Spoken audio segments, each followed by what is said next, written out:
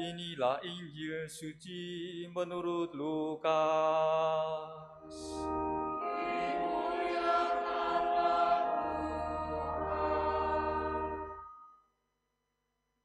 Theophilus yang mulia, banyak orang telah berusaha menyusun suatu berita tentang peristiwa-peristiwa yang telah terjadi di antara kita, seperti yang disampaikan kepada kita oleh saudara-saudara yang dari semula adalah saksi mata dan pelayan firman.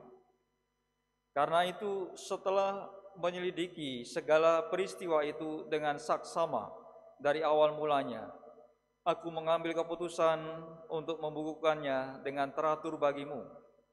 Dengan demikian engkau dapat mengetahui bahwa segala sesuatu yang diajarkan kepadamu sungguh benar. Sesudah dicoba iblis di padang gurun dalam kuasa roh, kembalilah Yesus ke Galilea.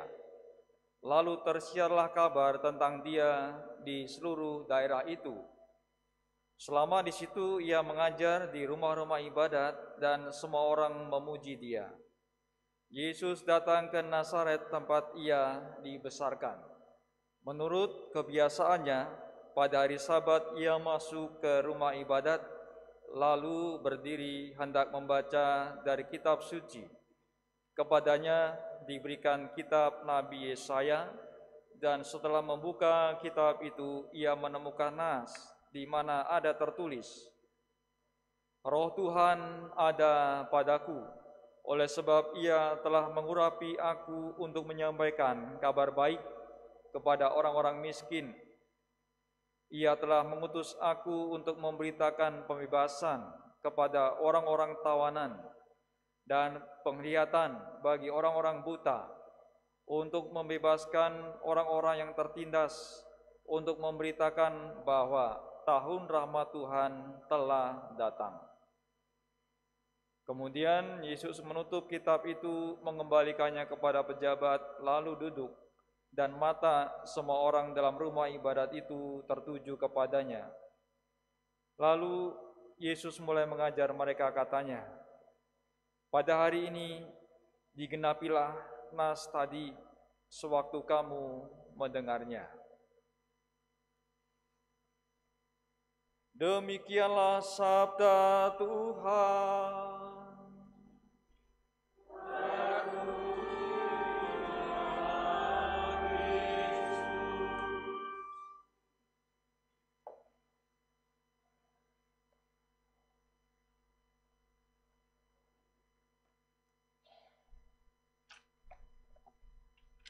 Saudari-saudara, anak-anak yang terkasih, kita masuk 2025 dengan tema Ardas yang baru.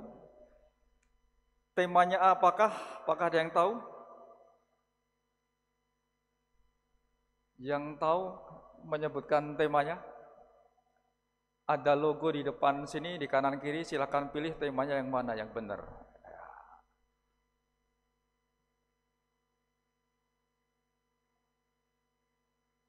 Kalau nggak dijawab, nggak selesai pemilihnya. Ayo, mana Miss Dinar, yang mana Putra Kata Prodiakon? Silakan baca, sebut aja. Ya,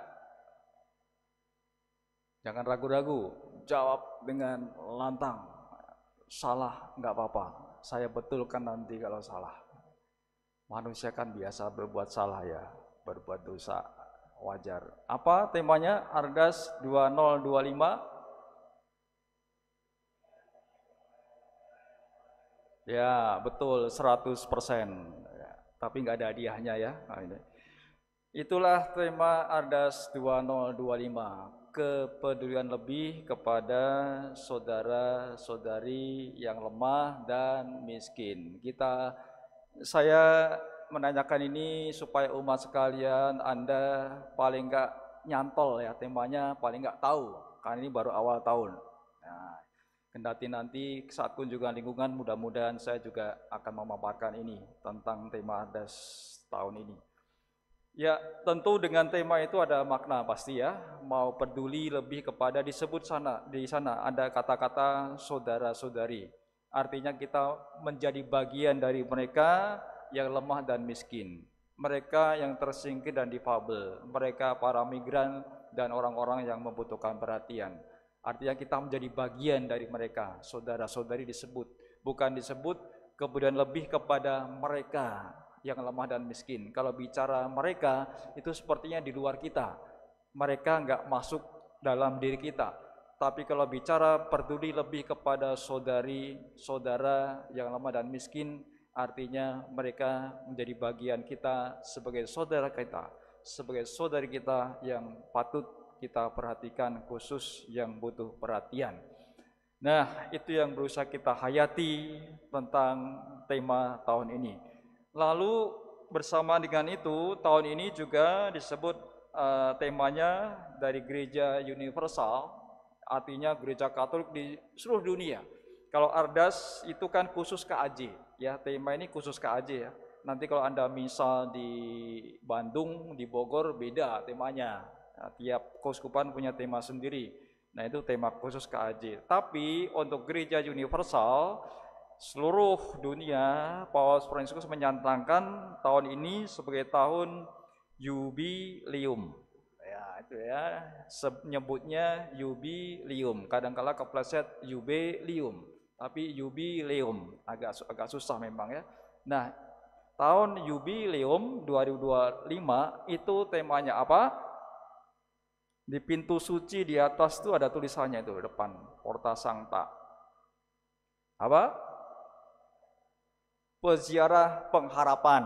Nah, itu dari maka seluruh dunia temanya itu peziarah pengharapan. Cuma secara bahasa Inggris, bahasa apa-apa termasuk negara-negara lain pasti punya bahasanya sendiri. Artinya di situ diarahkan kepada pengharapan, ya, bicara tentang harapan. Nah, saudari-saudara, anak terkasih, tema arah dasar tahun ini dan juga jubileum 2025 itu berjalan bersama, saling melengkapi satu sama lain. Ya, kalau bicara tema Ardas KAJ tahun ini, kita arahnya kepada mau perhatian kepada saudara-saudari yang membutuhkan. Tema jubileum adalah ziarah pengharapan. Di tahun ini jubileum kita berusaha menghayati Allah itu Allah yang berbelas kasih. Allah itu Allah yang marahim, yang mau senantiasa menerima umat Allah, mau menerima orang yang datang kepada Allah, kendati dia berdosa, kendati dia punya banyak salah, asal orang mau datang bertobat kepada Allah, Allah itu Maha Rahim, Allah berbelas kasih dan pasti akan menerima serta mengampuni. Maka mau dikatakan di sini Allah itu memiliki belas kasih, kerahiman yang tak terbatas. Itu maknanya jubileum. Nah, kaitan dengan itu bahwasanya Allah yang berbelas kasih, lambangnya, tandanya ada namanya pintu suci, Porta Sancta. Ketika pintu suci dibuka, artinya Allah juga mau membuka lebar-lebar kerahimannya, belas kasihnya kepada orang yang mau datang kepada Allah, mau bertobat. Maka ketika pintu gereja dibuka, pintu suci dibuka, orang kan masuk ke gereja. Ketika orang masuk, gambarannya itulah Allah mau menerima orang yang mohon belas kasih Allah. Nah itu maknanya seperti itu.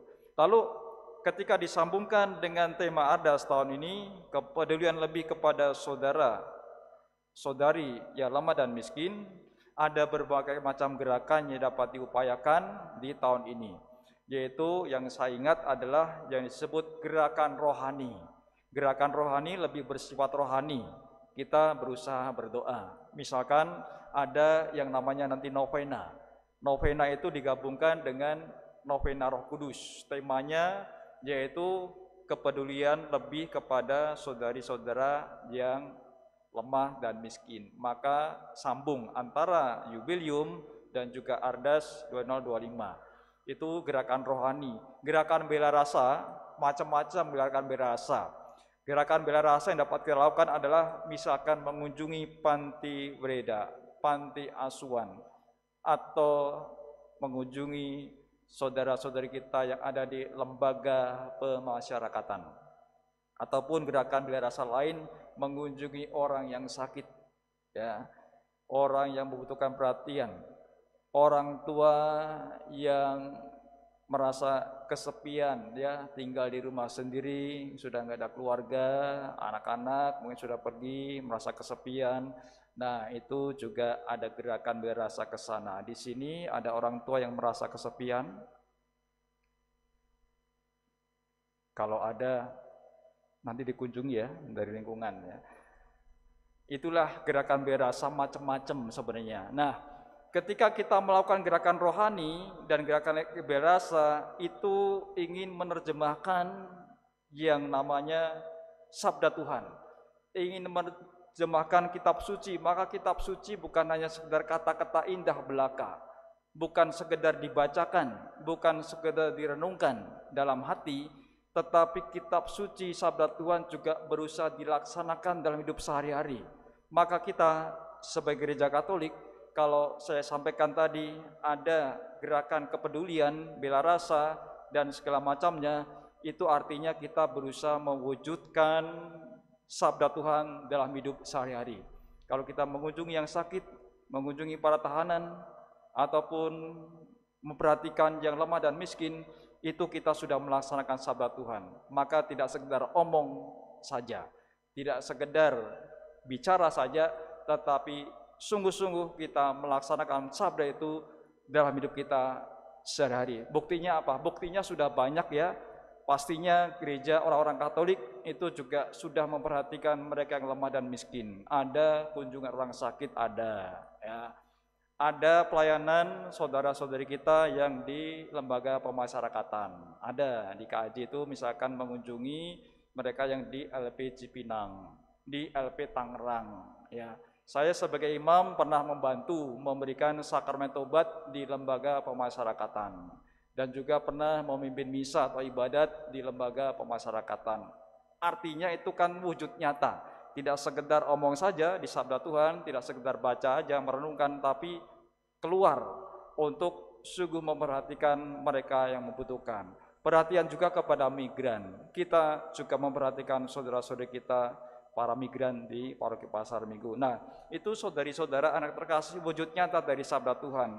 Maka sabda Tuhan sungguh berbunyi, sungguh nyata, terwujud dalam tindakan nyata. Kalau tadi Tuhan itu ada di sinagoga, ya, dia mengatakan ini.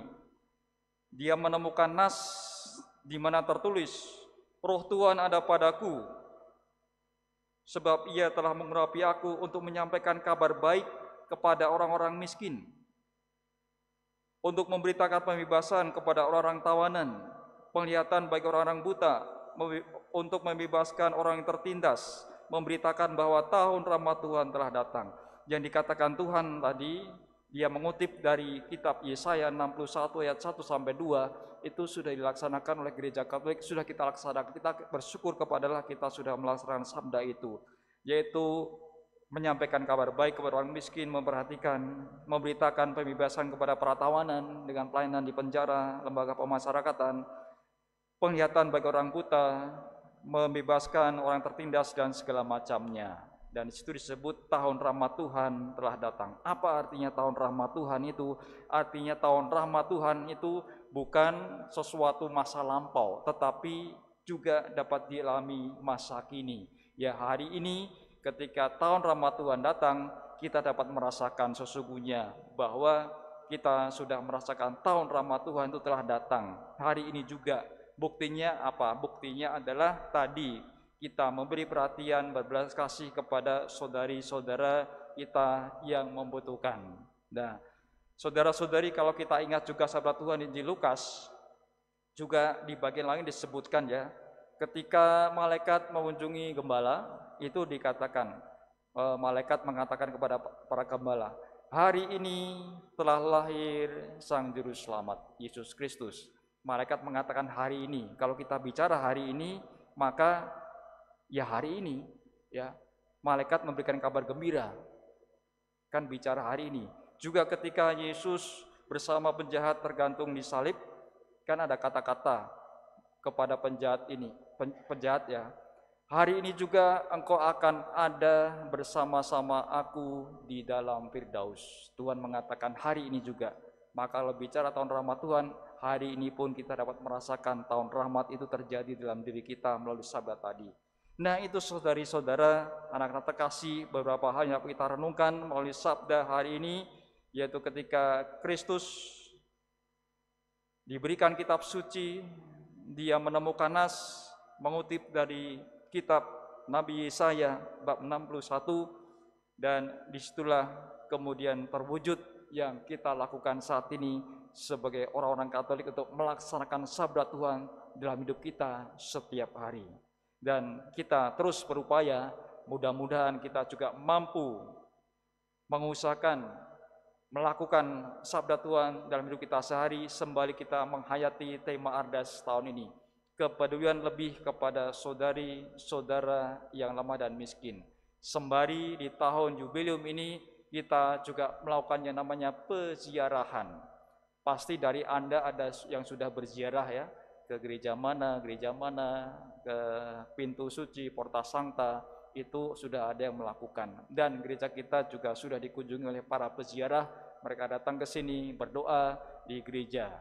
Karena kita diajak untuk berziarah ke 9 gereja di 9 dekanat Keuskupan Agung Jakarta. Silakan pilih, itu usaha peziarahan kita. Nah, itu saudara-saudari upaya-upaya yang kita lakukan di tahun ini untuk menghayati tema Ardas KAJ 2025 dan juga tahun jubileum. Semoga kita mampu mengupayakannya sebagai wujud ataupun bentuk kita sungguh-sungguh melaksanakan sabda Tuhan dalam hidup kita setiap hari. Kita baca sabda Tuhan, kita dengar sabda Tuhan, kita renungkan sabda Tuhan, tapi kita juga laksanakan sabda itu dalam hidup kita setiap hari. Butuh usaha, ya, butuh perjuangan, ya, ada tantangan, ya, ada kesulitan, ya, tapi kita usahakan itu semua.